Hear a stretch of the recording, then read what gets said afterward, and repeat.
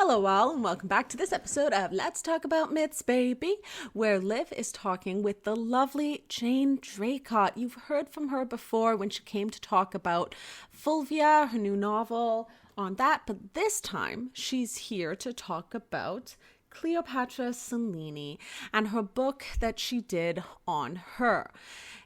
Cleopatra Selene is a very interesting character. I know nothing about her. I do have the book, Cleopatra's Daughter, but I haven't read it yet because I am tired, so haven't gotten around to it.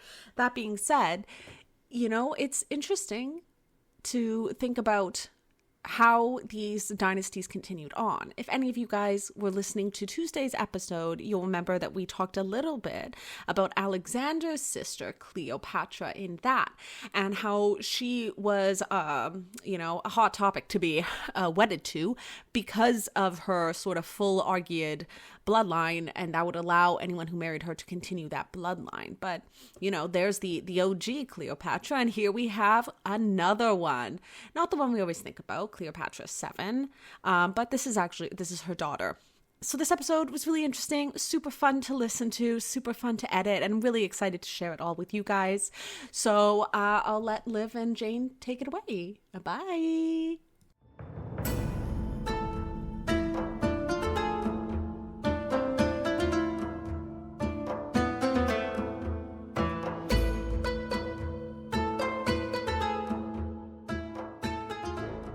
Cleopatra Selene, a queen her mother would be proud of, with Jane Draycott. We had such a fun time talking about Fulvia, I guess, and then you have a book about another ancient woman, so I thought I would like to hear about her too. And once again, we're nowhere near ancient Greece, so my knowledge, well, I mean, not from a geographical standpoint, from a cultural standpoint, I suppose you could argue that it's sort of related. My version of ancient Greece, I should say too. It's my phrasing. It's like basically anything that's outside of the classical period or like after, then I'm like, well, I just don't know enough. But I realize it is definitely still ancient Greece broadly. But I'm just so curious about, we were talking about Cleopatra's daughter, Cleopatra Selene. So what? I mean, but Cleopatra was the 7th, so is she's the 8th? I suppose so. Yes, because, but she's also got the additional name. Like, yeah. Well, she's technically Cleopatra Selene the second, because there is an early one. But again, I think because the people who work on the Ptolemaic dynasty tend to be quite separate from the people who work on the Roman Empire, and because she falls into the Roman Empire, and because it's generally seen that Cleopatra the 7th is the last Cleopatra and she's the last Ptolemy, even though she's not. Yeah. So Cleopatra Selene doesn't get a number. She just kind of gets shunted off. Yeah. And it's funny, really. I mean, this is something that does just in a nutshell demonstrate the sort of very patriarchal, phallocentric bias of classics and ancient history scholarship over many sort of centuries. Because if you think about Cleopatra the 7th, she had 4 children. She had 3 sons. She had 1 daughter. The ancient sources only really pay attention to Caesarion because he's the eldest. He's the son of Caesar. He's the nominal king and pharaoh of Egypt. But he dies at the age of 16 and doesn't really do anything historically significant. Then there are the 2 boys, fathered by Marcus Antonius. They are Alexander Helios and Ptolemy Philadelphus.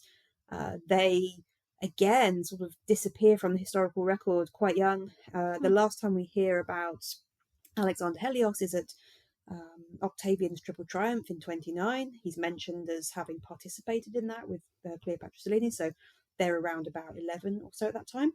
And Ptolemy Philadelphus doesn't even get mentioned in connection with that. So the last time he really gets mentioned is when with the sort of the fall of Egypt and the end of dynasty. So he seems to have died sometime between 30 and 29, so at the age of 6. So these 3 boys, all of whom die young, they're very important during their lives, but historically, with hindsight, we could dismiss them as completely unimportant because they all die in childhood.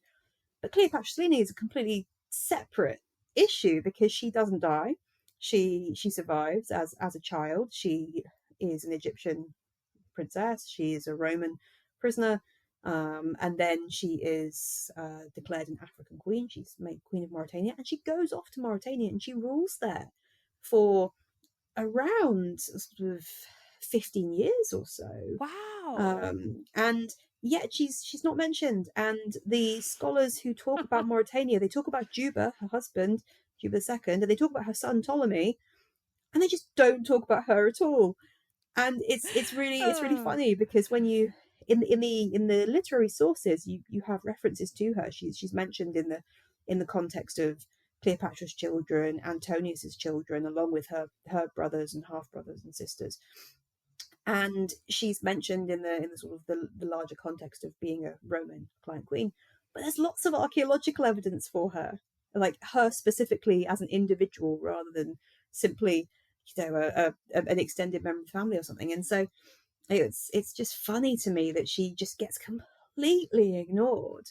And any discussion of Mauritania is all about Juba and Ptolemy, even though she's there and we've got from the archaeological evidence she's doing things. And where did Ptolemy even get his name from? He's like he's named after his mother's like royal line. And yeah, it's just like, oh no, we don't need to think about her at all, despite the fact she was the only one that lived to adulthood or did anything interesting, or that we have any actual evidence for after the conquest of Egypt in 30.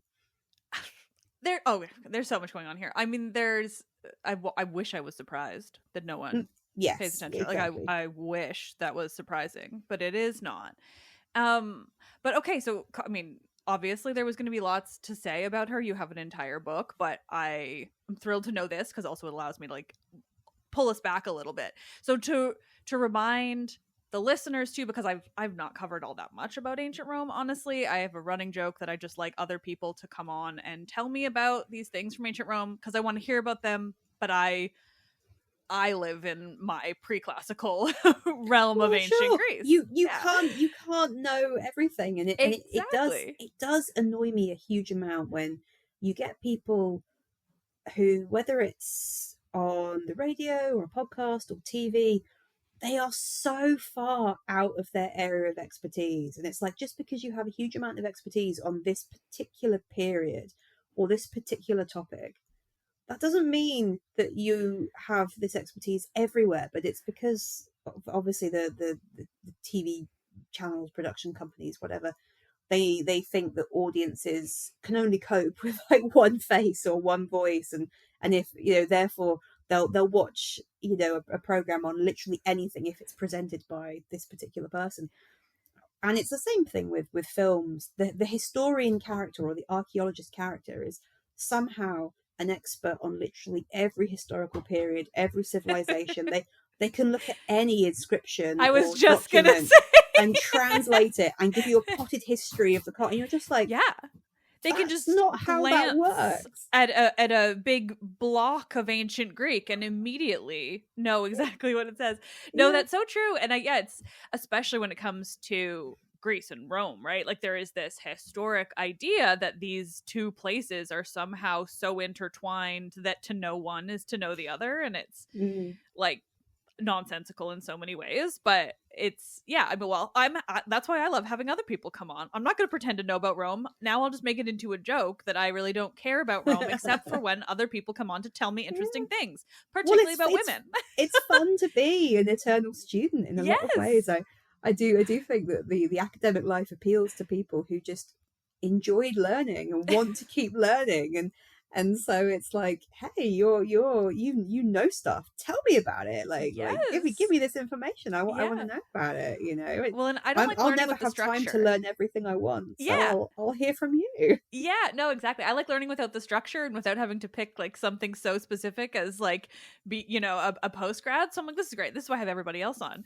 But and so, when it comes to Rome, like I've talked to the partial historians about Cleopatra the Seventh, and so I'm trying to think back to that. That was ages ago too. But I want to sort of situate the listeners in that Cleopatra was, people love to call her the last pharaoh because after her, Egypt became part of the Roman Empire. Of course, there's so much going on there because under her, it was part of the Ptolemaic Empire, and that's not really Well, Egypt and in the all same the way. Roman emperors are pharaohs. You know, Right, it's like it they're is the word for they're called king. sort of Sebastos or whatever in the Egyptian inscriptions, but they basically sort of jump into that vacated space. It's not like Egypt ceases to be a kingdom or Yeah. ceases to have pharaohs. They just, within the kingdom, that's how they view them. That's how they're depicted in art. There's a huge amount of continuity.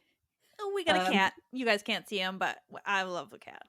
He's going to be as awkward as possible. He's going to sort of try and walk on the keyboard. He's going to stand on my lap for 10 minutes before he decides to settle down, and then he's going to just like run off. Well, So I'm here for it. you We may had have comments to edit actually. out cat sounds. We might not need to. We had comments on your last episode because I think there's one moment where I mentioned that the cat was on screen, even if he didn't get a full shout out, and people have been talking about it. So Oh, if we hear a wonderful. cat, everyone's just gonna love to see this Norwegian forest cat. Just know that he's Yeah. big and majestic. Well, he's on my Instagram if people want to put a Perfect. face to the description or the name. And since we're talking about Egypt, it's Yes, not cats. completely inappropriate to talk about or to have a cat involved in our No, my own conversation about cat. Egypt.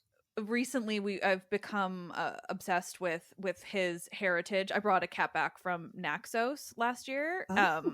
Yeah, about this time last year actually, and I like met the mother cat when she was pregnant. Ended up going back for this baby, and it's, I mean, a precious story generally. He is adorable. His name is Anchovy, but he looks like an Egyptian cat straight out of a piece of like ancient Egyptian statuary in this really bizarre way. So yeah, we just now have started jokingly referring to him as a god, even though he's also like the simultaneously smartest and dumbest cat in the world. So I'm not sure how divine he is. They have this fiendish criminal sort of Feathers McGraw type intelligence, and then they're so dopey.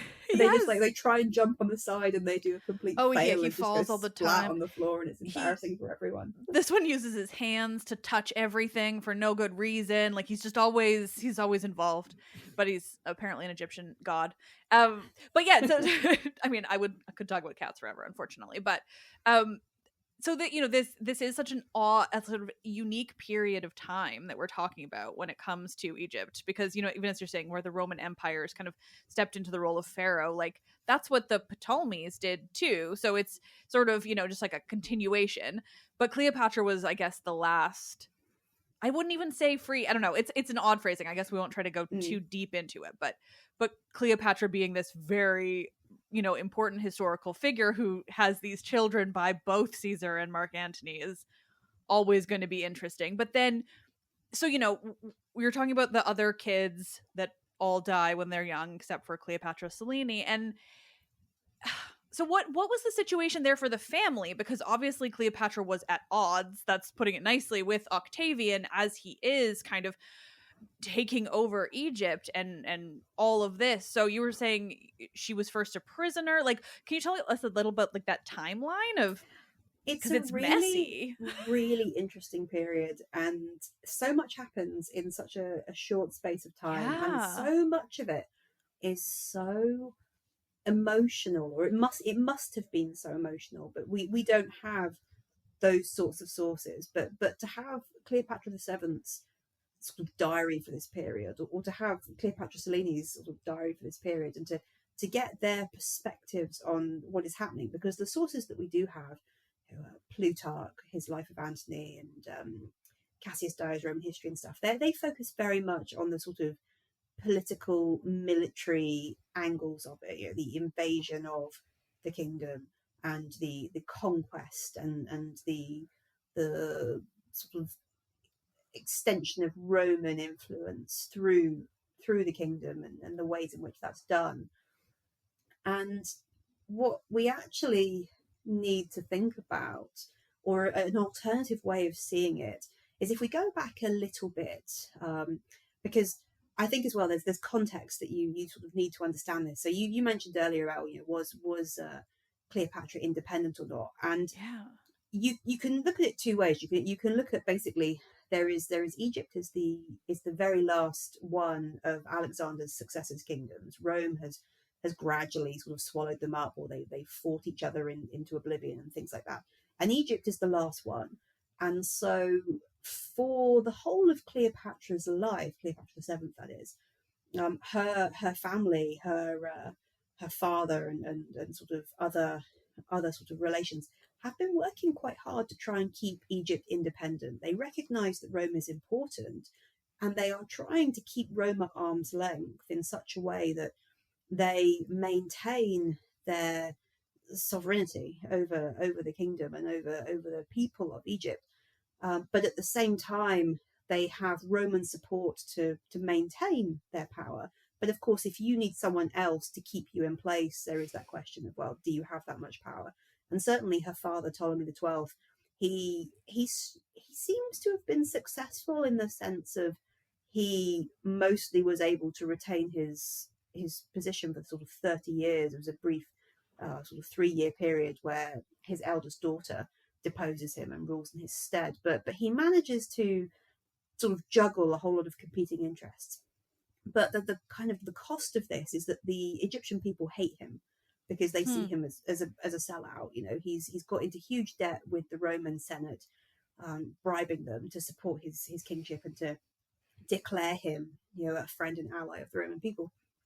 And he's done this by draining the Egyptian treasury and raising taxes on the Egyptians, and so it has a cost. You can keep Rome on side, but you alienate your own people. His daughter Berenike IV, his eldest daughter, she goes in the other direction. When she deposes him, she tries to very much have nothing to do with Rome, keep Rome at a distance, and it doesn't work. And so when Cleopatra becomes queen, she has her father's example, she has her older sister's example, and she has the very sort of realpolitik issues of the civil war, the Roman civil war between Pompey and Caesar, comes to Egypt, and the end of it plays out in Egypt because her brother and his advisors kill Pompey, and then Caesar is there and gets involved with the kingdom, with the power struggle between the siblings. So Cleopatra, for her whole life, has seen this, has had to sort of visualize Egypt's future. It can't not have Rome in it somewhere. And at the same time, she's got this problem of who is she going to marry and have children with? Who is going to father the next generation of the Ptolemaic dynasty? Because previously it would have been brother-sister marriage between siblings who were close enough in age to potentially have children together. She and her two brothers are not really. I was going to ask about that because I was going to make a joke that typically the Ptolemy line would be continued on by just sibling relations with other Ptolemies. So it's an interesting, but it's also that she didn't have siblings at the right age. That's she's sort of 7 years older than one and like 9 years older than the other, and so it's not impossible, but it means waiting a really, really long time for anything to potentially happen, and you need an heir. You need to sort of solidify your position. And what previous generations had done, they had married into aristocratic Macedonian families, they had married into the royal families of the neighboring dynasties, and there aren't any neighboring dynasties anymore. That Rome has ended the last the Seleucid dynasty next door in Syria, that finishes in the sort of 60s. So when Cleopatra was very, very young, her sister Berenike had the last few dregs of the royal family who were potentially not even royals; they were just pretending to be, and so there are no royals really that are appropriate for her to marry at that time and have children with. So she looks to Caesar, and then she looks to Antony. And these are great ideas, because obviously Caesar and Antony are the most powerful men in the ancient world, or in the ancient Mediterranean, where she's part of. Mm-hmm. And so this is really fundamental for the way that she visualizes herself and her queenship and her children and the future of her dynasty. And I think we have to look at, from the Roman perspective, all of the negative propaganda against Antony and against Cleopatra is very interested in promoting them both as sort of slaves to their sort of base desires. It's all food and drink and drugs and sex and money and sort of, you know, crassness and sort of just gaucheness and very, very anti-Roman sort of stoicism and mastery of the self and whatever. And of course that's what a great way to depict your enemies, you know, as utterly awful people who are completely lacking in any kind of self-control or anything like that. But the way that we have to really look at it from Cleopatra's perspective is she's trying to ensure the survival of her kingdom as an independent kingdom with her potentially, or her children as the king, the queen, the pharaoh of it. And she's trying to ensure the survival of her dynasty, her individual children and their future prospects. And so if we come all the way back to the sort of start of this like long sort of contextual digression, this is where, when we pick up with Cleopatra Selene, we sort of have to think about this, because she, within a matter of sort of course of 2 weeks, she loses her kingdom because the Roman army invade it and sort of set up shop in Alexandria. She loses her father because he takes his own life at the start of August. She loses her mother because Cleopatra does likewise a week and a half later.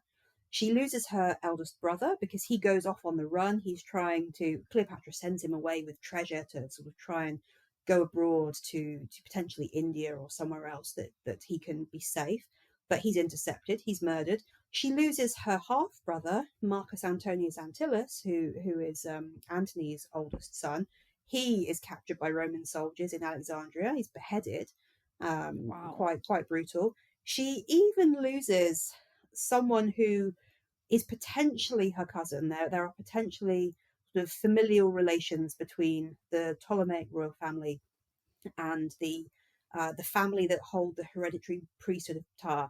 And even if they're not blood relations, the two families are very close. Her grandfather, Ptolemy XII, was very close to the previous incumbent of this position during their reign, and Cleopatra was very close to him and his wife. And then their son, who is the last of the line of the hereditary priesthood, he dies mysteriously at this exact time, and the priesthood remains empty for sort of another sort of 7 years, and his body remains unburied for years because, well, we're not quite sure what was going on here, but it does seem quite suspicious that you've got this very powerful indigenous Egyptian priesthood close to the Ptolemaic dynasty, and basically Octavian gets to decide what happens to it, and he keeps it in reserve until a few years later when it suits him to name someone else. So she's lost her kingdom, she's lost her family,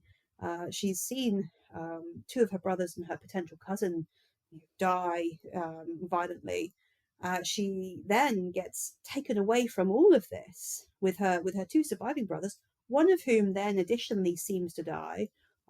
We don't know why or how, but he's a young child, so potentially diseased. But she gets taken away from Alexandria, which is one of the most beautiful, finest cities in the ancient world, and she gets dragged off to Rome, which is none of those things at this point in time.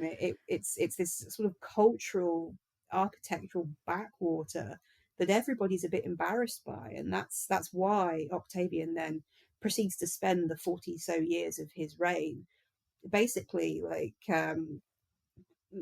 pimping it to try and make it the equivalent of the sort of the cities that he's seen in the East. And so she's lost everything, and she's been put into a completely different sort of cultural environment, religious environment, political environment. She's moved in with her father's ex-wife, who he was sort of married to whilst having a long-term relationship with her mother. She's got two sisters, half sisters, Antonia Major, Antonia Minor. Antonia Major is about the same age as her and her twin brother Alexander Helios. Antonia Minor is about the same age as her younger brother Tommy Philadelphus. So Antony was, a kind of a sort of running between these two women for sort of 3 to 4 years, and then she's got another half brother, Iullus Antonius, from Antony's marriage to Fulvia, who is the full brother of Antyllus, who was murdered in Egypt, but she's never met him, and so she now meets him, and she meets her half sisters, and she has to live with them. And it's really funny. It's like we see today, it's fairly common for people to have step siblings and half siblings and blended families from marriages and remarriages and relationships and things. And that's not something we tend to think about too much in relation to antiquity and the ancient world and the people that we deal with. But Roman families were screwed up. There were so many marriages, and it was generally the husbands that kept control of the children, because the paterfamilias, has legal rights of the children. And so, depending on your father's sort of marital proclivities, and Pompey was married, a bunch of times, Antony was married a bunch of times, Caesar was married a bunch of times, you would end up with so many. You'd have your mother, then you'd have your stepmother, then you'd have another stepmother, and then potentially another stepmother, and you'd have all these sort of step siblings, half siblings, etc. And you might be very close to them, or you might never see them. Like if your mother remarried and had children with somebody else, if your father didn't let you see your mother, you'd never see her, and you'd never see your half siblings. So Cleopatra Selene is put into this situation where she's living with all of these sort of half siblings that she's never met. She's sort of nominally under the control of the man who, while he didn't murder her parents because they took their own lives, he absolutely did murder at least one of her brothers, and is directly responsible for the deaths of several others. And he's the one that gets to decide what happens to her. And I don't know what her experience would have been like in that. She spends 5 years living in Rome, from when she's sort of 10 to when she's about 15. Wow. And this is a time when in Rome, Egypt is really fashionable. It's everywhere. They're bringing in obelisks and Egyptian statues, but constantly, and putting them all around the city. And you can still see many of the obelisks and things like that today. And they're decorating their houses with all these frescoes, all these Egyptian motifs. The temple of Isis and the cult of Isis is very big in Egypt, amongst all different levels of society. And at the same time, all the literature talks about how the Egyptians are basically scum. They are these like shifty Easterners who have no positive qualities. They are sort of lazy and dissolute and luxurious and incestuous and inbred. And specifically, her mother is a whore, is a witch, is a disgrace to her line. All these things. And so you're sort of like, what kind of cognitive dissonance is going on here? And what is that like to? I mean, I suppose we probably don't have to think too hard about what that's like, because with the sort of the geopolitical situation at the moment, you have countries who, on the one hand, are very much in desperate need of immigrants to do various things within their countries, and they want to pick it. They'll have the music, they'll have the food, they'll have the fashion, but the actual immigrants themselves are just can be treated horribly by just ordinary people in the street. And so we can kind of get a sense of how this would be going on. And so she has to live like that for 5 years, but at the same time it works out really well for her, because she ends up married to a young man called Juba, and he is basically in the exact same situation that she is, only he's about sort of 10 to 15 years ahead of her in all of this. So his father, Juba, the king of Numidia, he was on the wrong side of the civil war between Caesar and Pompey. He was on Pompey's side.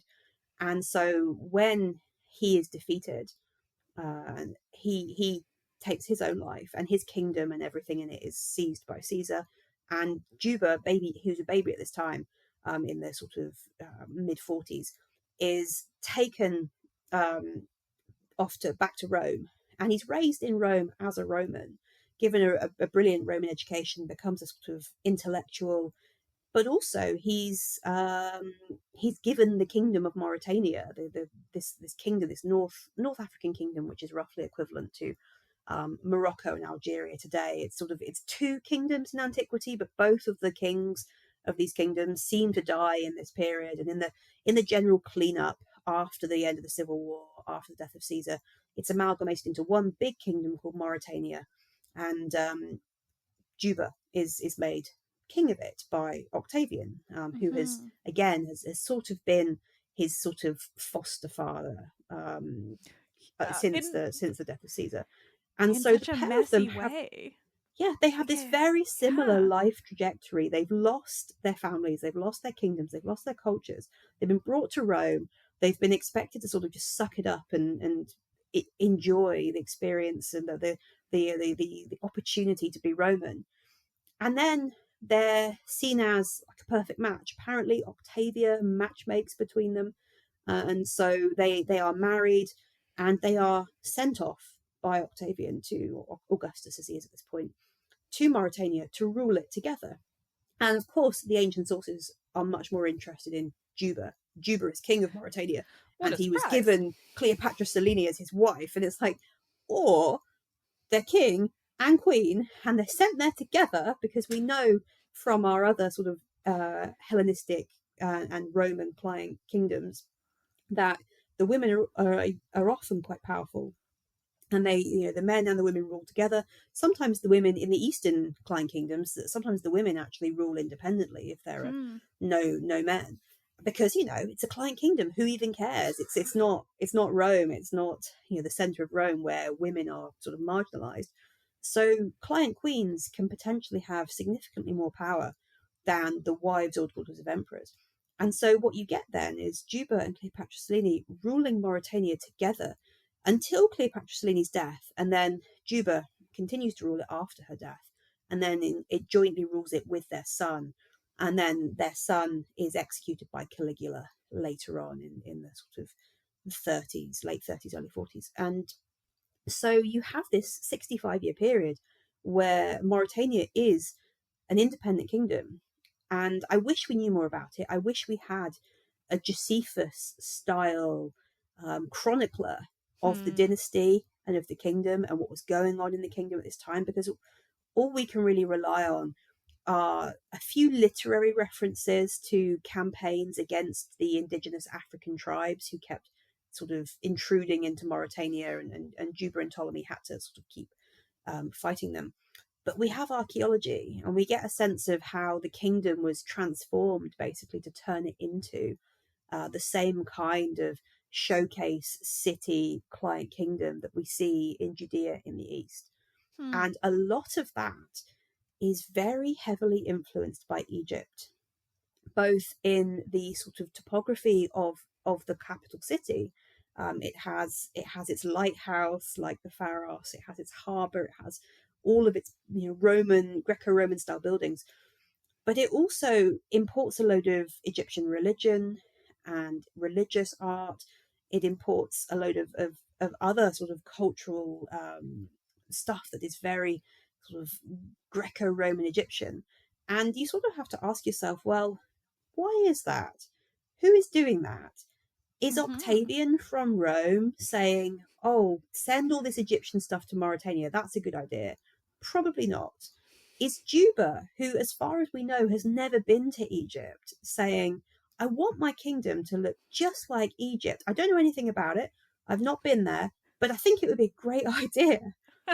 Or is it more likely that the Egyptian woman who grew up in Alexandria and was once destined to be the queen of Egypt, is it more likely that she has got herself a new kingdom and she's seeking to establish herself and her family, her husband, her son, new Ptolemaic dynasty in Mauritania, and is doing her best to connect it to her lost patrimony? And I tend to fall down there. I'm like, that is the side of the argument that I think makes sense, that she has a huge amount of influence in this situation. And we see it. She has her own coinage. She issues her own coinage in her own name with her own Egyptian designs on it. And this is at a point in time where the Roman women can't do that. Like Livia doesn't get to issue her own coinage. You know, Wow. I don't think even Agrippina later on, when she's Claudius's wife and Nero's mother, technically gets to do that. You know, so it's the fact that she gets completely ignored in all the sort of older discussions of this kingdom, I find perplexing. I mean, surely it was just a coincidence that it became so Egyptianized. Surely. I mean, the men would have to be the ones to do it. Fashionable, as I Exactly. said. Egypt's really trendy at this point, and it's Well, and clearly women are just there. They're it's only just a making trend. babies. Yeah, they really. There's not really much else for them to do. Indeed. God, that's one of those things where it's like, I mean, I have so many conversations like this all the time, because the second I hear somebody's researching an ancient woman or ancient women broadly, I'm like, great, please come tell me everything. But it's just hilarious the way like it's been treated over the last the centuries of scholarship. We have like epigraphic evidence that she brings a load of Antonius's slaves and freedmen and free women with her. So she's got a whole household. She's inherited a household. And just to clarify, this is my being like not great with Rome, but Antonius would be Mark Antony more colloquially known. I suppose I should do that for the sake of ease. I mean, you're right. I just want to make sure that I, and then therefore the listeners too, know him by the fancier name. She still retains her family ties. I mean, she's got her relationship to the Antonii. She's got her relationship to the Julii, because Antony's mother is a Julia and is related to Caesar. And so her two half-sisters, Antonia Major and Minor, they marry into the imperial family. And so she is, I mean, Juba is, great and all, I will respect his intellectual prowess and his scholarship, and he's a good general as well. He gets triumphal regalia because of his victories against the African tribes. So he seems to be a very smart guy, very competent guy. But he is absolutely punching above his weight when it comes to her, as far as the prestige of the Ptolemaic dynasty is concerned, the prestige of the Antonian gens, the Julian gens, the fact that they all claim to be descended from actual gods, the connection with Alexander the Great, and Macedonia. So she is bringing the kind of the blue blood and the pedigree to his dynasty, and I think this is part of the reason why their son is called Ptolemy. This is a name that people know, and it's been around the block. and so he recognizes that it's like that whole thing that well, since I don't know when this is going to air, but we're recording this on the day that Taylor Swift's new album was released, and part of the current sort of discourse surrounding that is that Taylor Swift has managed to find a partner who is happy to be second fiddle and is happy to acknowledge that she is the star of the relationship, much like Selena Gomez and Benny Blanco, and these guys are not intimidated by the fact that their girlfriends, fiancés, wives are basically better than they are. Yeah. they don't feel insecure about it. Richer, more famous. Exactly. It's like, this is helping me too, this is elevating me too. I'm happy about this. And so I think Juba falls into this kind of category, really, that he, being a smart man and an educated man, can recognize that this is a good thing for him. What was the alternative? He was going to be married off to some random Roman senator's daughter and was just going to be, writing books in Rome for the rest of his life, not really doing very much. No, he gets given a princess, and then she was actually queen of Crete and the Cyrenaica in her own right, under the donations of Alexandria. So he gets a very high status lady as his life partner, and seemingly the pair of them work together to sort of transform this sort of higgledy-piggledy hodgepodge of several kingdoms into one functioning client kingdom. That is the largest client kingdom of all of them. It's the only one in the West. It's the only one in North Africa. And they have this in with the imperial family because she's part of the imperial family. And they do seem to sort of go back and forth between Mauritania and Rome, because we have sort of evidence of their presence epigraphically in Rome as well. There's even the suggestion that she and one of their children are in the processional friezes on the Areopagus. Oh, wow. So they're very much part of things.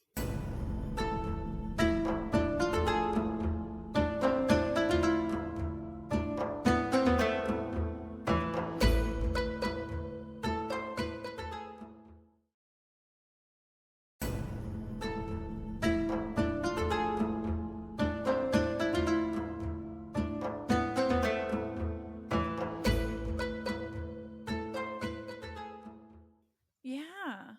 It's interesting to me, I guess, that they're allowed to be such a big part of things given the civil war of it all, the Cleopatra and Mark Antony of it all.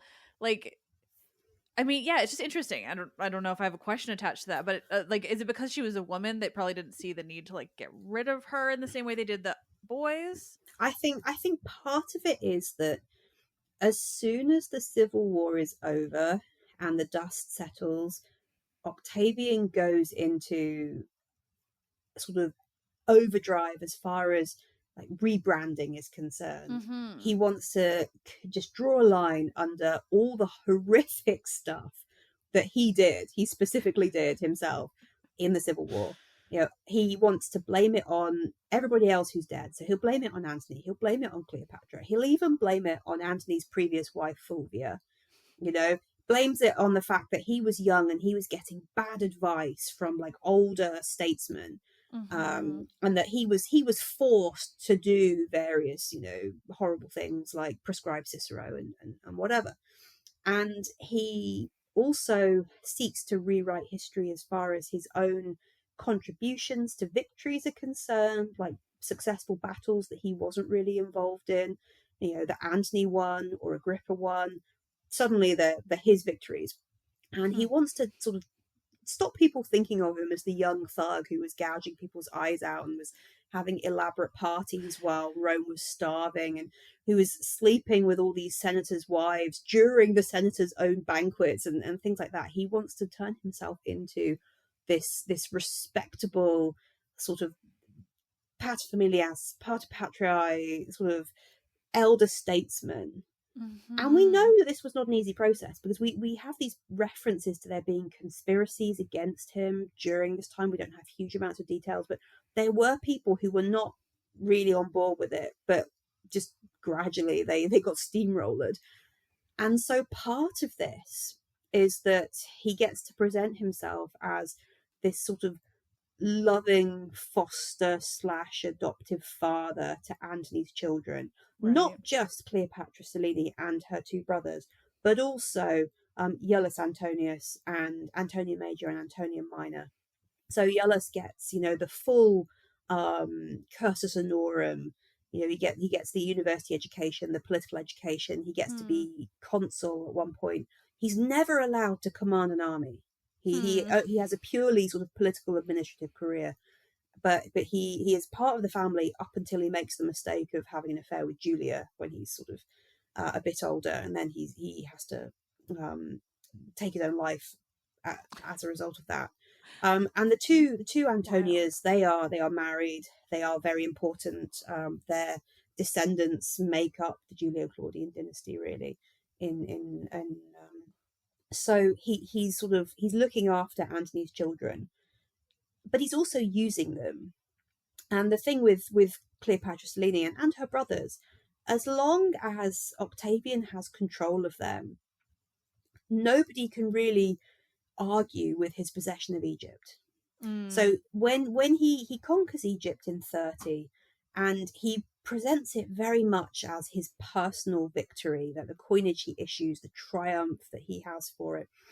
And He forbids anyone else from going to Egypt. Senators are not allowed to go to Egypt. The Egyptian prefects and the people commanding the armies in Egypt can only be equestrians, so he won't have any sort of competition in that respect. Members of the Wow. imperial family are not allowed to go to Egypt, and this continues to be a factor for many years. So Germanicus goes there during the reign of Tiberius, and Tiberius is really angry about the fact that Germanicus has Wow. gone to Egypt, because Egypt is important. It's strategically important. It provides the grain supply, a significant amount of the grain supply for Rome. Vespasian, during the year of the Four Emperors Civil War, one of the reasons that he is ultimately successful is because he invades Egypt and sets up camp in Egypt. So while there are sort of three other contenders fighting it out in Italy, he's sitting on top of the Roman food supply and biding his Right. time until it makes sense to sort of swoop in.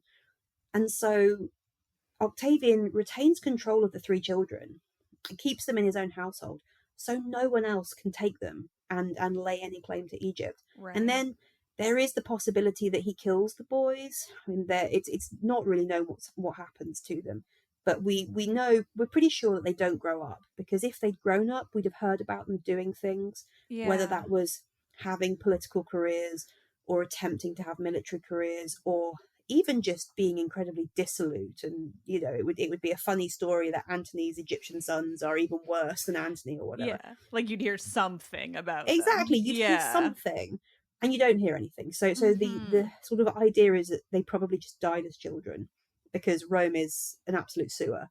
It's infested with malaria. Children are Wow. particularly vulnerable to the climate and the mosquitoes and all that kind of thing. Yeah. And the same is true of Cleopatra Selene, actually. I think we can infer that she kept her head down and did what was required of her, because if she hadn't, we'd have heard about it. Oh, she's a Yeah. massive whore, just like her mother. Because if you think about all the stories that circulate about Julia, both Yeah. Julia the elder and Julia the younger, and how Julia, as Augustus's daughter, was sort of running around Rome, having all sorts of love affairs on the monuments that her father had built, and disgracing the imperial family and all the rest of it. We'd absolutely hear about that if Cleopatra Yeah. Selene was doing that, and we don't hear anything about that. So Anytime a she, woman has independence or power, somebody is disturbed by it in some way. Yeah. exactly. So she must have been playing the game very carefully and cleverly, Yeah. and I suppose looking at the examples that she had before her. So she had her mother's example, but she also had Livia's example and Octavia's example of how to be a Roman woman and how to sort of operate within the Roman political system and the Roman sort of social system as well. Yeah. How old was she when Cleopatra the Seventh died? Did you She say was around 10. 10? 10. Okay, Yeah. yeah. So I mean, and this is the other thing, because we don't hear a huge amount about children in our ancient sources, because Yeah. the ancient authors aren't really interested in them. But it's not like a 10-year-old is a blob. No, They that's why I was curious. Yeah, like 10 is old enough. And like mm, with a mother like that, and I don't always keen to learn more about Cleopatra, but so much is based in, the more like general pop culture idea of her. But what I do know is that if that woman was anything, she was a survivor in that mm, world. And like absolutely. she would have taught her 10-year-old daughter enough, I would think. Yes, I mean you have plenty of Ptolemies, including her Cleopatra the Seventh's brother. Both of her brothers, in fact, were kings at the age of 10 or 11. And while they were they weren't able to rule in their own right. They had tutors, Mm, but there were many Ptolemies that came to power during minorities, and so they would certainly have been involved in court politics, and they would have known how it all worked. And so I think it's fair to say that 10-year-old Cleopatra Selene, she was destined to be her 16-year-old brother Caesarion's queen, who was, so there was sort of 6 years between them, right. roughly. But she is the only daughter of the family, so following the precedent for brother sister marriage, she was presumably going to be his queen. Right. So she would have been learning how to be an Egyptian queen. She would have been watching her mother. She would have been learning from her mother. they were all very highly educated, with the great library and the museum and the intellectuals. Like one of the things that Cleopatra and her father actually took a lot of time to do was rebuild the intellectual life of Alexandria, because a previous king, Ptolemy VIII, had sort of purged the city basically of intellectuals, and so there's this, and because then after that there's a whole lot of instability and different competing Ptolemaic interests. Once Ptolemy XII was sort of on the throne securely, and Cleopatra herself too, we know that there was an attempt to get all of the intellectuals who had been driven out of Athens by Sulla. You have all the people who had been at the court of Mithridates of Pontus, and that court is sort of destroyed by Pompey. So Alexandria is a sort of somewhere that all of these philosophers and scientists and thinkers can go, and they can get imperial patronage. And so we know that that was going on during Cleopatra's reign. And so the children, all four of the children, would have had this education in this capital city, with a view to them being prepared for being rulers, because all the boys, or Caesarion was going to be king of Egypt, but Alexander Helios and Ptolemy Philadelphus were going to be kings too. The plan was that they were going to be sent further east, and they were going to rule territories that Antony was planning to conquer, hadn't yet managed it. But the idea was that always good to plan that far ahead. Yeah, absolutely. All of the children were going to have their own kingdoms, and they clearly needed to be equipped to manage those kingdoms. That's really interesting. And I just feel like it's so common and easy for the girls in these situations to be overlooked. And I mean, in some ways, I think in a good way, where they're kind of allowed to continue on in a way that would otherwise be seen as like threatening. But yeah, it's very interesting to think about what kind of thing a woman like Cleopatra would teach her 10-year-old daughter. Because I've always found it so interesting just to imagine her as somebody who was like constantly thinking 2 steps ahead of the other men around her, because that's kind of what it seemed like, right? You know, she knew who to align herself with, I mean, up to a point, and you know, how to maintain her power. And I just feel like she would have been talking to that 10-year-old an awful lot, especially the way things were going by the time, you know, she was 10. That's interesting. Absolutely. And I think it's we don't, just like we don't really know a huge amount about children and childhood in antiquity, we don't get a sense of parenting really either. The stories we get about parenthood tend to focus on sort of fatherhood, or they focus on sort of negative aspects like mothers and stepmothers and sort of family strife, because they're showing what happens when families go wrong. Whereas what does a functional family look like, where, you know, the father and the mother are both present, and the siblings are they get on and they work together for the common good. Because this is one of the things about Roman families, is that they do, there is a lot of sort of the family as a group, the family concilium, like the family council, making decisions about who marries who, what do you do with this property, which side are we going to be on, you know, who are we going to vote for, etc.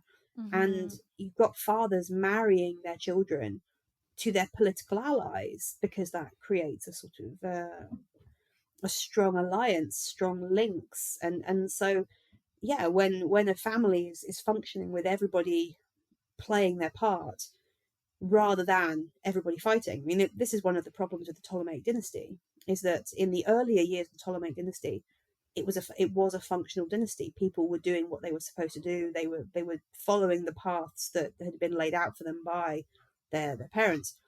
But as the individual members of the family, siblings particularly, start to fight over who gets to be king of Egypt versus who gets to be the secondary king of Cyprus, and who gets to marry the sister and have the brother sister marriage, which marks them out as the heir, versus who marries someone from outside, and then who is expected to move to a different kingdom versus who gets to stay in Egypt. And so you see a lot of strife between siblings in the dynasty over these sorts of issues.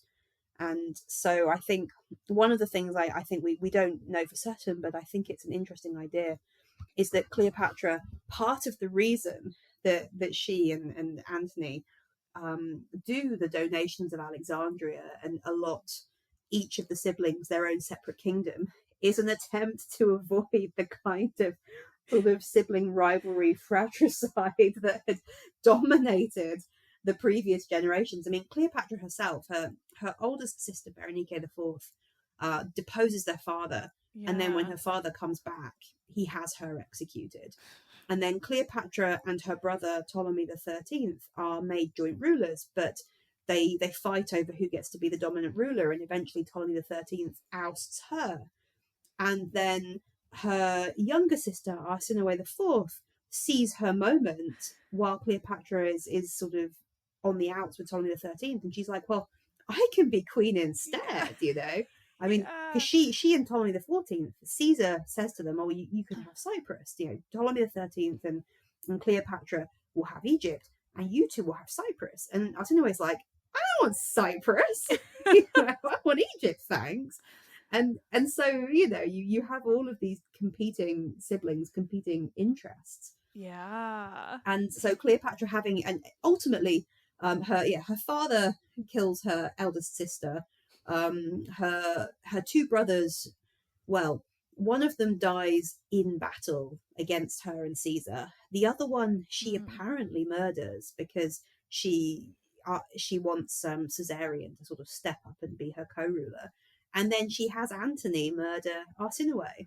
So she is responsible for the death of 3 of her 4 siblings. Yeah. And you can't really blame her based on the kind of the prevailing circumstances, but you can understand why, as a mother, she potentially does not want that outcome for her children. Yeah. It would screw up her plans for world domination as much as anything else. Well, that's the thing, and it's so evident that she had that type of planning, whatever it looked like in the long run, but just that she was a person who was aware of those things and preparing for like all of these potential eventualities. Yeah, and after the Battle of Actium in 31, she is trying to get rid of Antony. She has realized at that point that no matter how much she might have loved him in previous years, and no matter how well they might have worked together, he's now a liability. And so she is sort of opening diplomatic channels with Octavian, separate from Antony. And her approach is, look, if I get rid of Antony, can I remain Queen of Egypt? Or can my children, I can abdicate and my children can rule instead of me? So that is her priority. Antony is not her priority anymore. He's taken himself off to have a nervous breakdown in a sort of special hut that he's built himself, that he calls his Timoneum after Timon of Athens. And so he's I didn't know. That's so dweeby. These men, get a grip. Yeah, he just can't cope with the fact that things have got a bit wrong for him, and so he just like, well, that's it. I need to go off to my man cave and just wallow in sort of self-pity. And she's like, I've got far more important things to do than wallow, thank you very much. I have got a kingdom and a dynasty and a family to save, so I'll continue doing my job while you just sit over there and cry, I mean, and so she is still planning. And even when Octavian comes to Egypt, she tricks Antony into suicide. She has a plan. She sends a message to him saying that she has taken her own life to try and get him to take his, which he then does, because she's really just got to get him out of the way. He is just a hindrance at this point. And then she does try and sort of make overtures to Octavian and tries and sort of retains her hold on the kingdom, but realizes that it's not going to work, that he is going to take her back to Rome, he's going to put her in a triumph, she's potentially going to end up under some kind of house arrest forever. A best case scenario, she ends up under house arrest forever. Worst case scenario is perhaps a horrible public spectacle of a death. And so it is clear that she is trying everything she can think of to get a good outcome of this sort of rather desperate situation. Yeah. I think all the listeners should know that anytime your voice ever gets a kind of like slightly more muffled sound, it's because this majestic cat is involved, and I'm completely here for it. But I just think everyone should know that he's in the picture. If a strange vibrating noise on the sound, it's a purr. It's a very loud purr. An enormous purr. I'm obsessed. No, this is also interesting. I'm so glad how much of Cleopatra the Seventh ended up in this chat too, because I think you can't separate the two. No, I really think you can't. I mean, yeah. if Cleopatra Selene has, I mean, I don't want to turn her entire story into her mother's story, but it's she must have had an enormous impact. Yeah, both as a role model and as a what not to do sort of situation. How to avoid this fate. How to forge a different fate. Yeah, and in a world like that, what a skill.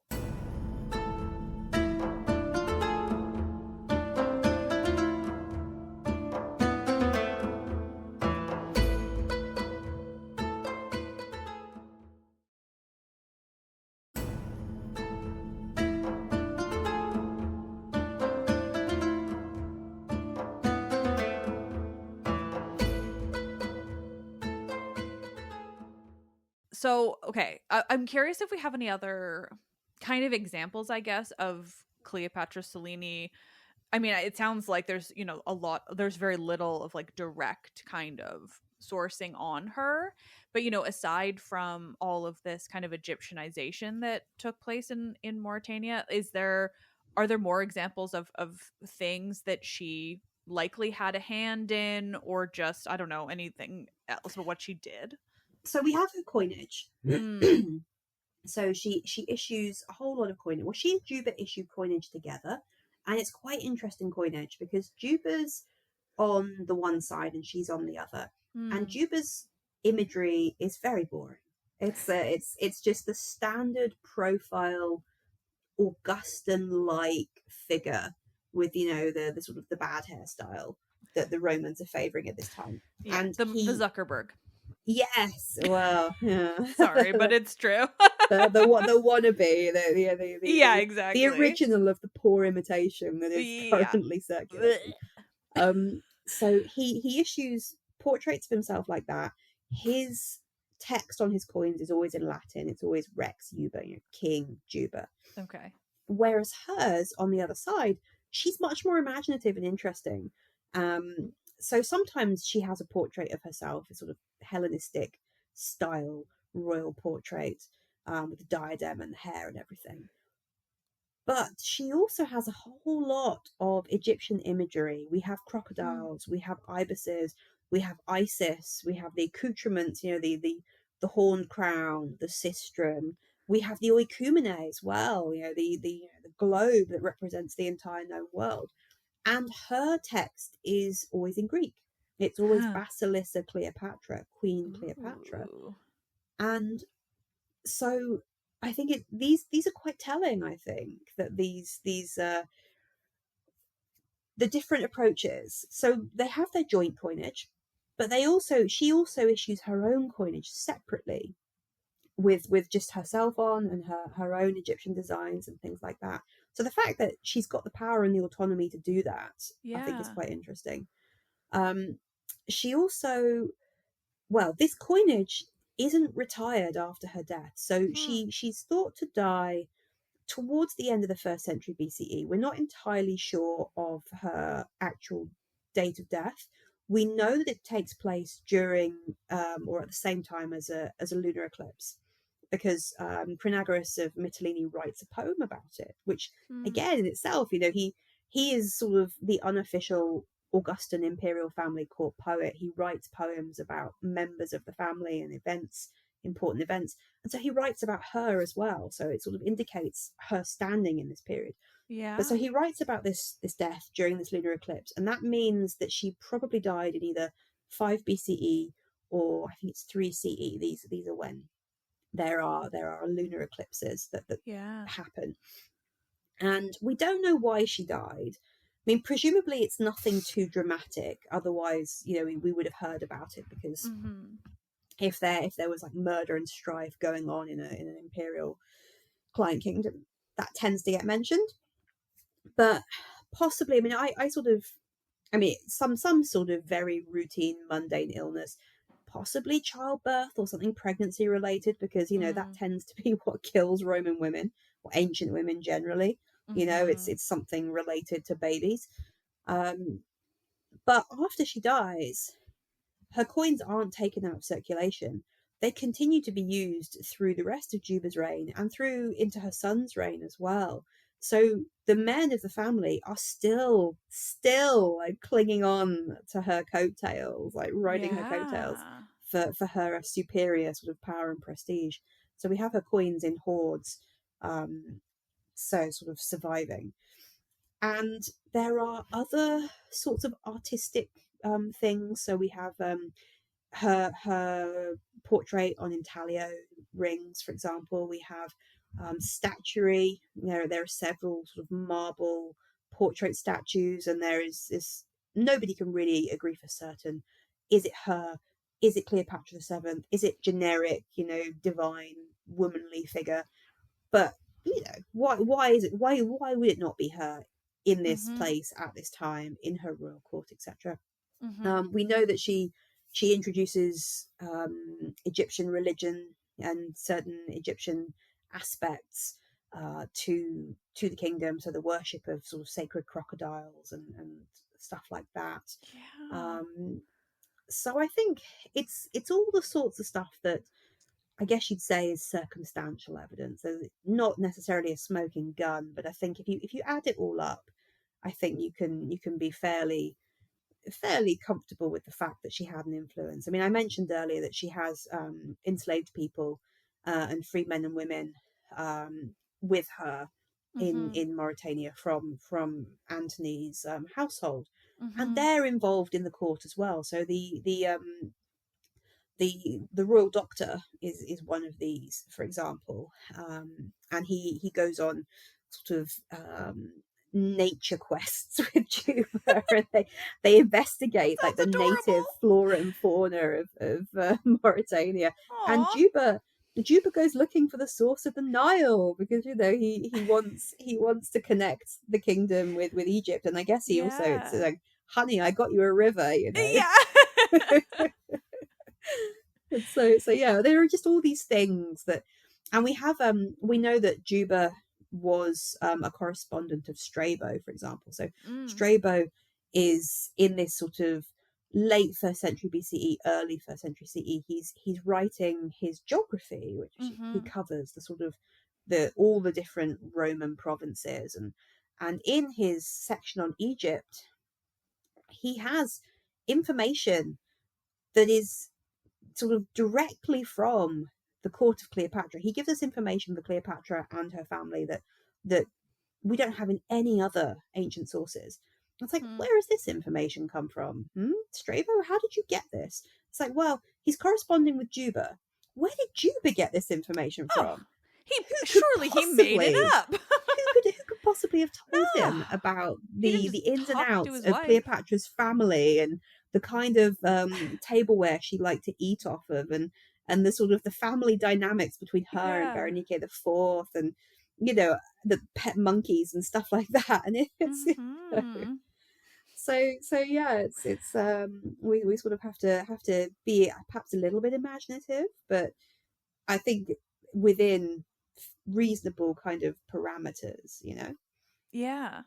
Well, and this show is for fun imagination too, and I think we can imagine very competently that this woman held a pretty decent amount of power for the time and the period and the place and the Mm. especially her history. Like, it's just, I mean, overall very interesting, but particularly in line with, like, I don't know, Augustus's whole thing about propaganda. Obviously, he also, you know, among so many other things you've mentioned, but he instituted like a pretty real propaganda scheme of like kind of pulling together these different ideas and making it seem like kind of everyone was involved. And it's just really interesting to hear those connections. I also can't stop thinking about something you said earlier, just the ways that like Rome was so interested in like, or it there were so many of these beautiful, objectively great cities in the east, and this kind of navigation of like respecting that while also considering these easterners to be,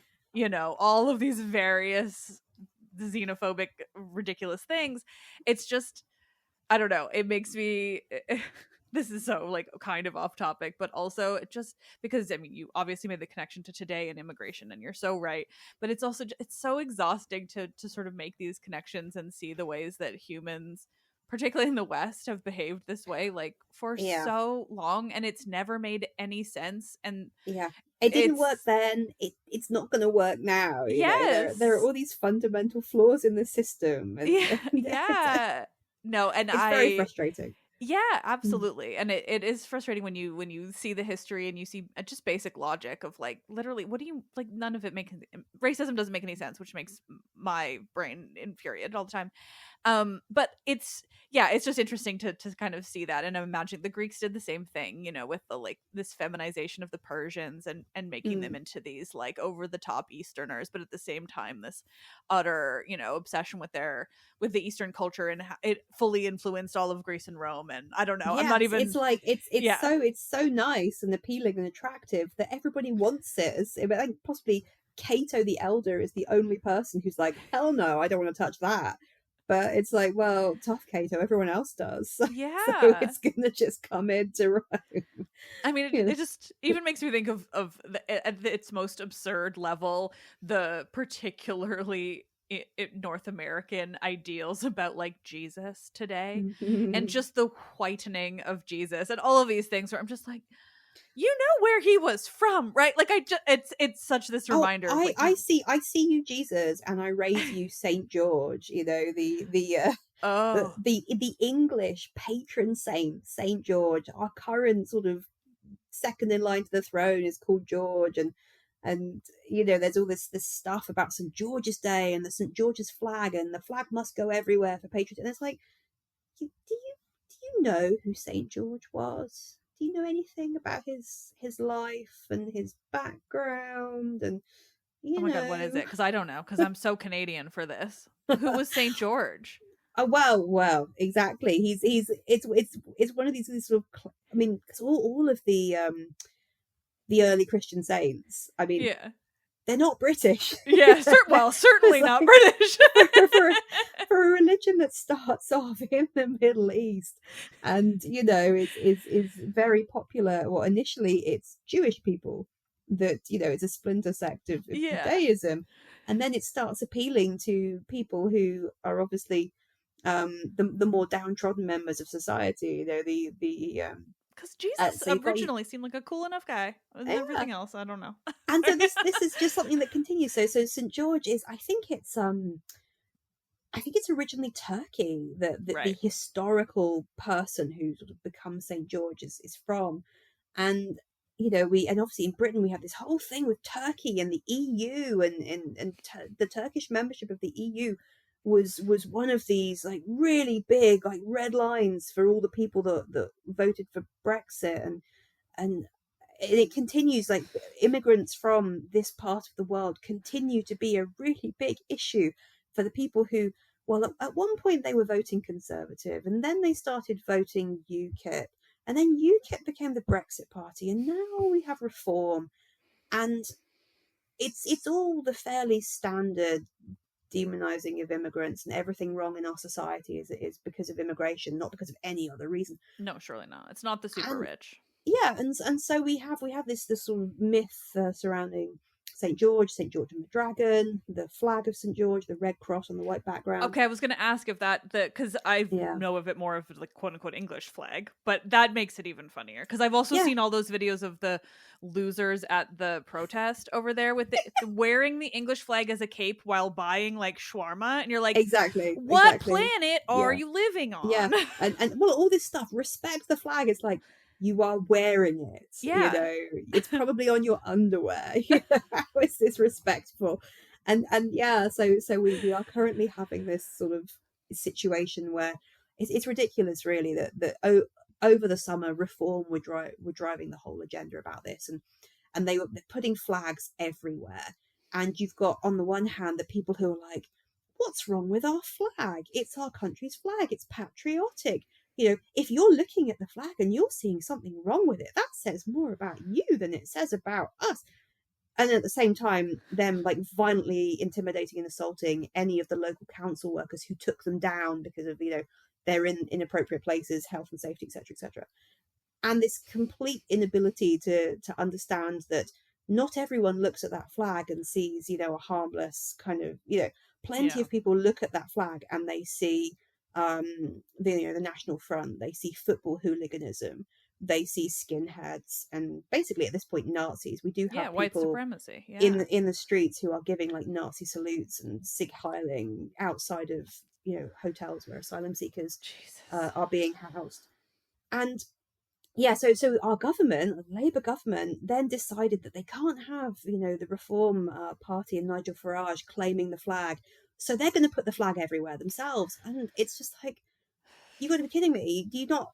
So you're just taking this and running with it and doubling down on this, and you're still not understanding, or deliberately choosing not to understand, that for some people, you know, the sort of, what is it, 15-20% of our country that are not white, that, where, you know, wherever, whether they were born in Britain from sort of you know, British descent, or whether they are more, you know, they are newly arrived people who've got, you know, who've immigrated, who've got permanent residence, citizenship, or whatever, they see that and they see something quite different. And it's just, and of course, then, I mean, I live in Scotland. We have a different flag up here. And if you live in you got Wales, your own history or Northern Ireland, you know, they all have different flags. So the St. George's Cross is not the flag of the United Kingdom, you know, and it's not what necessarily people in Scotland or Wales or Northern Ireland want to see everywhere. You know? But, no, it's the disconnect, right? The disconnect, also the disconnect between, well, do you know why they're like the British or the UK is like so full of people of all colors? Well, it's because the UK colonized the shit out of the world, made their places unlivable, or brought them over. Like, what do you mean? It's like, you know, it's like racism in the States, where it's like, well, if your ancestors hadn't kidnapped human people from their homes and brought them to be slaves, well, then things would look a little differently, let alone the colonialism of North America broadly. But like, where would you want to go and live if you had to flee your home because of war, genocide, famine, whatever? Wouldn't you choose a country that you do at least have a connection with? Your country has been connected with this country for many sort of years, decades, centuries. You speak the language. The head of state, you know, the Queen, or now the King, is your head of state too. You feel like you have a certain amount of understanding about this country, as opposed to a completely different country with a completely different language, where you don't have any family or friends or any even vague knowledge of it. And so, like, where would you want to live? You know, I mean, but then of course what we have in this country is, when it was still quite easy for British people to go and live in Spain or France or whatever, there was quite a high percentage of those who did not learn the language and did not integrate. They wanted to create these like little English enclaves where they could eat Marmite and you know, basically just. We are the UK, North America, us Western whites, we love to say expat, right? We love to develop our own little expat communities instead of just being a fucking immigrant. Like, well, it's all that the conversations are. I don't see how the conversations about, you know, they're coming to our country and they're bringing Sharia law, and it's like, how is that different to British people or any other type of person who thinks it's okay to go to a country with a completely different legal system and, taking cannabis when Yeah. cannabis is illegal, Yeah. or drink alcohol publicly, or have sex on a beach, which is actually illegal in the UK too. But if you have sex on a beach in the UK publicly and people see you, you will get arrested for indecent exposure. Did people do that famously? But then we I don't know, we get all these cases that we hear about in the news because it becomes this cause célèbre that some poor hapless British holidaymaker has gone somewhere abroad and has done something that is illegal in that country. And you're just like, did you not even do the most cursory glance of the Foreign Office's recommendations for this particular country when you were booking your holiday? Do you not do a little bit of research about what the prevailing attitudes are, the kind of clothes you might want to wear, what's legal, what's illegal? And no, of course not. And so there's this whole thing about, how dare this country try and enforce their rules on our poor British holidaymaker? They must be brought home. Foreign Office, make it happen. And you're sort of like, do you think that when people come to our country and they commit actual crimes, that's fine? No, you don't. It's a big sticking point in our current discourse surrounding immigration that basically all immigrants are criminals and that they're just waiting for their chance to do some criminal behavior. And it's just like, my God, where to start? How do you even engage with people who, not just the people, the media that perpetuate these narratives? Because a lot of these people will never have actually met any of the immigrants, that's the thing, it's this fear, or the refugees or asylum seekers. They're just reading about the demonizing of them in the tabloids. The othering, No, it's meanwhile, when 90% of violent crime, and that's a made up statistic, but I'm sure that I'm pretty close to being right, that most violent person on person crime is committed by white men. Everywhere. And it's by people that you know. Usually against a woman, it's usually her partner, and it's usually a white man. And this is the thing at the moment. We have all these gangs of roughy tufty white guys wearing the flag who are going on about how they want to save the British women and girls from the sort of the predatory immigrants. That's no, you guys are the scarier ones. Are you familiar with the statistics that every time there's a football match that the domestic violence and sexual assault and all that goes up because these people come home from the pub or whatever and they're really angry or drunk and they take it out on their wives and their kids. And I don't know about you, but when I'm walking down the street, what I feel really safe when I see a big gang of men who are being loud and abusive and violent and disgusting outside a hotel or outside wearing a flag. Those are any man wearing a flag is an immediate red flag. It's a red flag. Yeah. And then you go to take flag in the is, flag. And then you're like, okay, well, what type of flag? Because it can get redder. Yeah, and it's just that the lack of self-awareness. Yeah. It's if you want to know what women and girls and children of all genders, if you want to know what will make them feel safe, you could just ask them, and then when they tell you, listen. Maybe just kind of go with that rather than standing on the street screaming abuse at women and children who happen to be trying to protest this sort of behavior. It's almost like it's not actually about protecting them. No, it's funny, isn't it? It does seems to suggest that it's about something else, but what? Who could say? Who could say? Who could say? Well, I mean, honestly, I'm happy to have conversations like that all the time. I didn't mean to wrap it up with that, but I loved it anyway.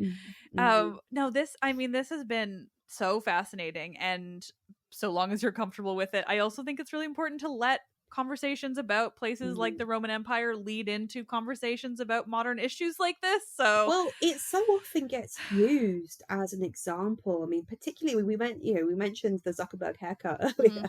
The person who wears that haircut and his ilk do like to use certain analogies about, you know, barbarians at the gates of Rome, and the Roman Empire fell because of XYZ, and immigration, they love to say because of immigration. And so when you do have people in the 21st century who are deliberately drawing these lines from 2,000 years ago to today, you do sort of have to think about, well, how do we deal with this? I mean, as academics who have studied these periods and have, you know, we've devoted a huge amount of our lives to these periods, and even we don't think we understand them complete. You know, we know enough to know how much we don't know, and to feel like at any moment with a new discovery or a new piece of research, the whole prevailing opinion could change.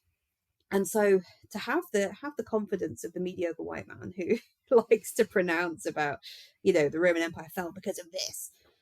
So it is interesting to kind of have these thoughts when you're looking at the ancient material, and you can identify. I mean, it's a bit too simplistic to say it's exactly the same, but there are echoes. And when it comes to Cleopatra VII, there are so many sort of contemporary resonances with how women in very sort of high positions, whether that's politics or whether it's entertainment or sport or anything else, there are sort of resonances with how they get talked about and how they get used by different competing interest groups.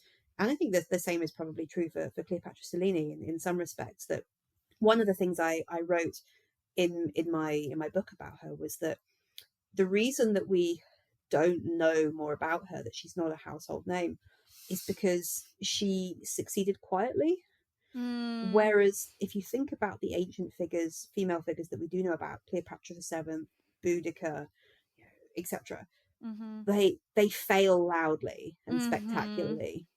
And if they had sort of kept their heads down and stayed within the expected parameters for women at that time, and just got on with the job and not made waves, we would not have heard about them. So I think that's important to bear in mind when we look at historical women. There's this idea that the best woman, and I think it appears first, I think, in sort of Greek literature, you know, Pericles and the funeral oration, that sort of thing, and it appears later in Roman literature as well, that the best woman is one whose name you don't even know. Like there's that you're probably more familiar with that side of it than me, but the idea that no one should know a woman's name, because if she's doing what she's meant to do, which is staying at home and running the house, she'll never see a man who's not a member of her family, and no man will ever see her. And so you'll never get a woman having a public funerary oration like Pericles, because, you know, she is not she shouldn't, you know, she should be not seen and not heard, basically. She should never do anything that draws attention to her.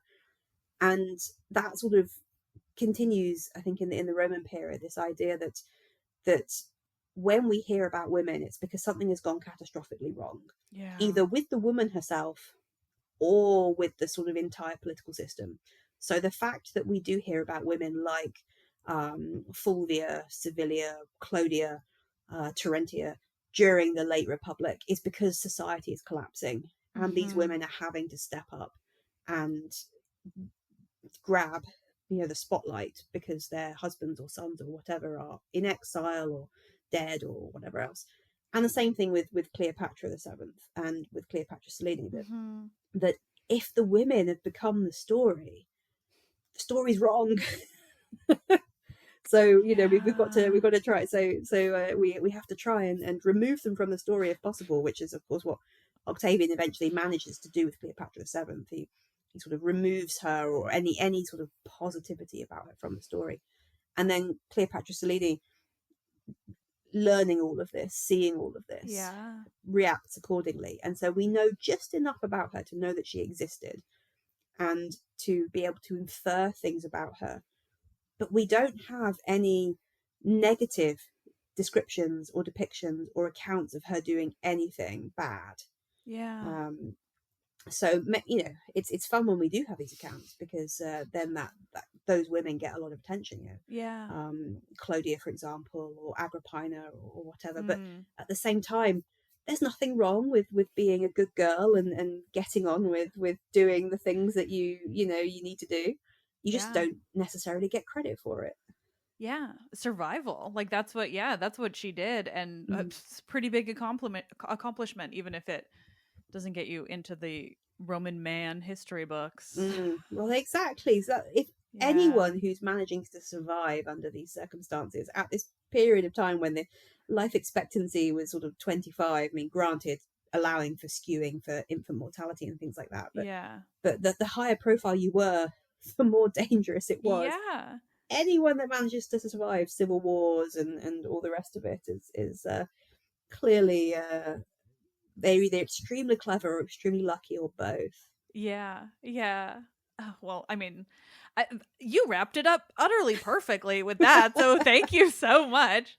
Well, Um, thank you. oh my God, no, this was so much fun. I'm so glad to know about these women. It's so interesting to like speculate on her specifically. Like, I might become obsessed now because I mean, she was talking to her mother and her mother was talking to her, like there's so much kind of, I think, that we won't know of that. Yes, It sounds so we interesting. don't get the kind of Yeah. female relationships. You think about mother, daughter, sisters as well. If you think about how little we know about sisters and sorority in antiquity, because no one cares enough to write about the women and what they're doing. Actually, that makes me think of, I've been really deep in the Odyssey right now, and one of the things that comes up over time of just, I mean, myth broadly, but sisters. Helen and Clytemnestra are like barely talked about as sisters, but like they're supposed to be sisters and it should be really famous, but also like they kind of, end up with these two very different stories. And therefore I think there's like that reason why we don't talk about them as sisters. But yeah, just pointing that out, that's interesting. And if Odysseus has a sister, we barely hear anything about her. But she's presumably left at home on Ithaca with Penelope, while Odysseus takes her husband off, and well, he doesn't come home. So oh my God, she I didn't even make that connection. I'm gonna have to go back and find that. Oh my God. and so it's like, what? Well, where was Odysseus's sister? Well, what was her relationship with Penelope like? Well, the pair of them were just on their own on Ithaca, having to deal with all of these like suitors descending on the household, and then he comes back and her husband's not there, and does she get an explanation at any point? Yeah, it's it's fun being a woman in the ancient world and now. Always so much fun. Such fun. Is there anything you want to share with the listeners about reading more from you or following you anywhere? Or oh, well, let me see. So you have my book, Cleopatra's Daughter, Egyptian Princess, Roman Prisoner, African Queen. Although I think in North America it's called Cleopatra's Daughter, From Roman Prisoner to African Queen. But that is available. That is available in paperback, ebook, audiobook. My new book, Fulvia, the Woman Who Broke All the Rules in Ancient Rome, that is also available in North America in various formats. I have a new book coming out next year, and I've gone back to the Ptolemaic dynasty. And this, since we were just talking about sisters, actually, this is about Berenike IV, Cleopatra VII, and Arsinoe IV. And it's about how the three sisters basically all had different competing visions for the Ptolemaic dynasty. And, well, obviously we know how that story ends. It doesn't end well for any of the three of them, but especially not for the two of them not called Cleopatra. But it's about how Roman influence over the Ptolemaic dynasty gradually increases. The three sisters all attempt to deal with this in different ways. And, well, to a sort of sad ending for them. But great for us because we get to read about it. That's exciting. That I mean, Yeah. you might have to come back. So that will be talk out, about I that. think, in towards the end of 2026. Nice. And we're still discussing the title and what exactly the title is going to be. But I have an Instagram, and that is, I think, my only social media account. So if you want to follow me on Instagram and see what I'm working on and what I'm doing, I'm Or the cat. Jane.Draycott on Instagram. Great. I will link to things, and I'm sure people will at least. Well, I hope they'll also want to go learn things from you. But I think with the mention of the cat, they will want to go find the cat. So There is a whole highlights reel beautiful. Two, in fact, I think, of Magnus on my Instagram, and then he's on the grid as well, of course. So yeah, if you want to put a face to the sort of the purring, the name, etc., you can find him. Hell yeah! I did, in fact, for people who are fans of cats, he did recently get groomed and get a teddy cut. So I was kind of curious, trying to make out what kind of cut he had, because I could tell that his back was quite groomed. Oh. Yeah, so you will be able to see him before the teddy cut in his full furry magnificence. You will be able to see him after the teddy cut in his sort of, just incredibly amusing form. But it will grow back in a few months, and then the cycle will start again. Yeah, and he'll be cool until then, and good for him. Yeah. Well, mat free. I mean, we were having our house. Our house is being renovated, and so we were having our house plastered. And he loves to just find the muckiest part of the house and like roll around in the plaster. And you'd be stroking him, and you'd just be like, "Oh my god, this feels gross." So it was like, we've got to get him groomed. This is just not okay. He can't be this way. No, not with fur like that. Oh, like No. my boy's always rolling in literally he is a tiny menace, but he has like very scraggly short hair, so it's like it doesn't stick in there. It's fine, thank God. Well, he also has this kind of, I'm not sure if cats have obsessive compulsive behavior, but he likes to eat his own fur, which is not great for his digestive system. Mm-hmm. And so if we keep his fur under control, we kind of keep him healthy. Yeah. Oh, what a good boy. Oh, I love it. Well, he's back. He's just down there. He's so good. We love to have cats involved. Well, that's truly a delight, particularly to end on a cat. Thank you so much once again. Well, thank you for having me.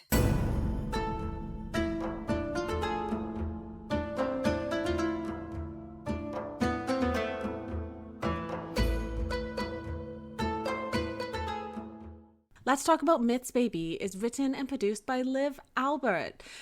Michaela Pangowish is the Hermes to all your Olympians, the producer, etc. Select music by Luke Chaos. Thank you, Luke. The podcast is part of the Memory Collective Podcast Network, a collection of creators that all strive to bring you accurate and reliable information on the ancient world. These include the wonderful friends at Movies We Dig, the partial historian, Sweet Bitter, and so much more. Get ad-free episodes and so much more by subscription to the Oracle Edition on Patreon at patreon.com/mythsbaby, or via the link in the episode's description. We have a lot of fun over on Patreon. We would love to see you there and to chat. Did you guys know that you guys can comment on Spotify now? We would absolutely love to hear from you anywhere and everywhere we can. But that's all for this week. Hope you all enjoyed it, and see you whenever we see you next. Bye.